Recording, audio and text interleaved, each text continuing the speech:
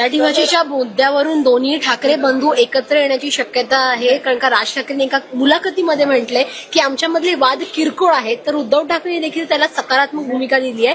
दोघेही भाऊ एकत्र येण्याची शक्यता दिसून येते.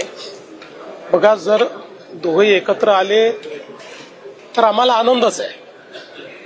कोणीही आपल्यातले मतभेद विसरून एकत्रित येत असतील तर याच्यामध्ये काही वाईट वाटण्याचं कारण नाही. फक्त मला असं वाटतं की जो आमचे माध्यम आहेत ते जरा जास्त त्याच्यावर विचार करतात. जास्त मला असं वाटतं की ज्याला to read between the lines म्हणतो ते तुम्ही अधिक करताय.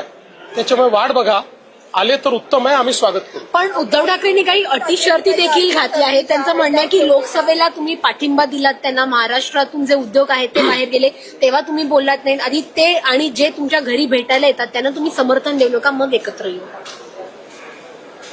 ऑफर देणारे हे, रिस्पॉन्ड करणारे ते, शर्ती ठेवणारे हे, सांगणारे ते, मी काय बोलायचं याच्यावर? त्यांना विचारा, मला काय विचारताय त्याच्यावर.